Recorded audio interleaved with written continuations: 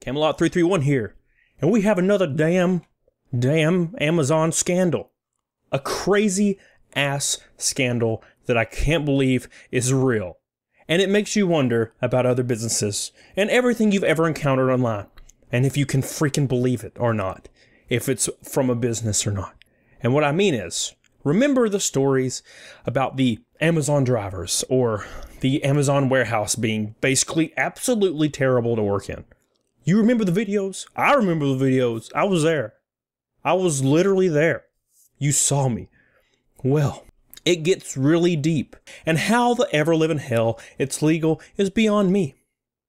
So, let's get into it. So look at this. Why Amazon pays warehouse employees to tweet about their jobs. And not only tweet, but we'll get into it. So just look at this title. Just look at that real quick. Wait. What? Amazon is paying its warehouse employees to tweet? But what are they tweeting or writing online?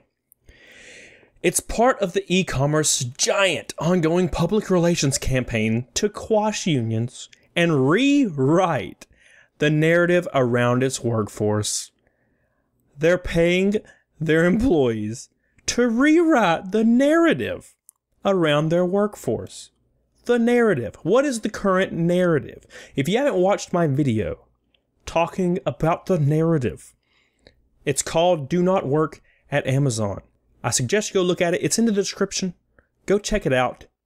It explains exactly what is going on in the warehouses, accurately and in tune from the mouths of people.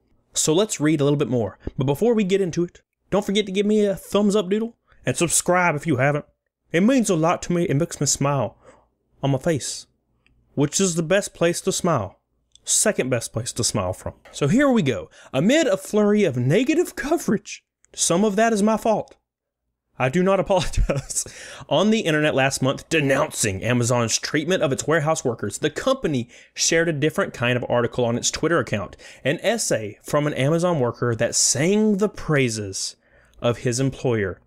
And let me just say, if Amazon saw my warehouse video and they're like, hey man, we'll give you 200 grand to make another video saying the warehouse is great, I went there and I saw it and it was great. You best damn believe I would. Hell yes. That's like almost a Ferrari. That's like a used Ferrari. I could get a used Ferrari. I don't have to pay off my house. Just get a used Ferrari, all because they just want me to lie. So this is what they're doing. The piece, which was published on the intellectual dark web publication Courlette, called Amazon a financial lifesaver. Amazon tweeted this article, of course, because they made it themselves. But as it began to attract criticism for promoting a publication that publicizes dangerous ideas like race science, and then deleted it. The company declined a request for the comment about why it was deleted, or whether in some way Amazon paid the author. I wonder if they did. And here's their shared tweet, if you haven't seen it. As pressure mounts on Amazon from its workers, lawmakers, we've talked about this before, and the public over its treatment of workers as well as its market dominance. Amazon's efforts show that it's taking the possibility of unionizing seriously. Ooh, union. You know what I'm talking about. You guys know what I'm talking about. Union. Ooh, it's a scary ass word. And doing whatever it can to prevent it. Kind of like Walmart. They'll tape you up in the back room and slap you around if you mention union at Walmart. It's kind of how it is at Amazon. Back in December, Amazon warehouse workers in New York City announced a plan to unionize. 2 months later, Amazon scrapped its plans to build its second headquarters there. Ooh, shocking. Last month, warehouse workers in Minnesota went on a strike on Prime Day, Amazon's busiest shopping day of the year, in protest of a number of issues, including difficult productivity quotas and on-the-job injuries. On the job injuries. Who has talked about that in the past? Many people. Many people that sent me stories and just from stuff that I've said in the past.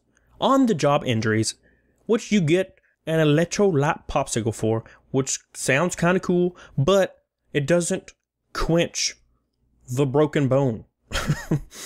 Chicago warehouse workers also recently formed a workers' organization that, while not a union, has many of its tenants, and they're using it to fight for better working conditions. Well, good luck with that one, because Amazon don't even pay taxes, so good luck. The retail, wholesale, and department store union is currently in talks with Amazon workers across the country, but it wouldn't directly comment on the status of various unionizing efforts at the company. It's clear workers are speaking out around the globe, yet Amazon acts like nothing's going on. It's fine. Third world countries work really well. That's why we treat our associates like that, because we aspire to that. Amazon didn't respond to requests for the comment about how it treats its workforce or their unionization efforts. Of course they did. They ain't gonna respond.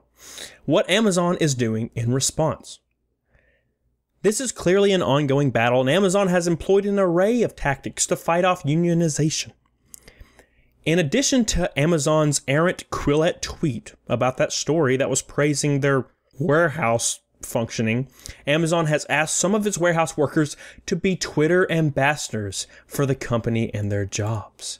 These so-called FC ambassadors joyfully tweet, about how great it is to work in their fulfillment centers, and try to quell persistent criticisms of the company. Among these ambassadors, many talking points. They're getting free cupcakes in the break room. They say Amazon takes safety seriously, even posting cartoons at water fountains reminding them to stay hydrated. Presumably, that's in response to many reports of dangerous conditions leading to injuries at Amazon warehouses. They say it's easy to get paid time off. Others have accused Amazon of pressuring them to work long hours, including 6-day work weeks. They also readily combat people on Twitter who have anything negative to say about their jobs. Amazon declined to comment for this article, refusing to tell Recode how many FC ambassadors it has, how they're compensated. Keep that in mind, how they're compensated, or how their time is divided between warehouse work and PR, among other requests. Previous reporting last year indicated that FC ambassadors don't get paid any extra, though they can get gift cards or extra days off, which goes a long way if you're, struggling. But instead can choose to do social media in place of their warehouse work. Oh, so they can just be on Twitter or Facebook all day, basically telling everybody working at Amazon's great, and you might get an extra day off. Incentivizing something like that definitely is not pay. Here's a good quote.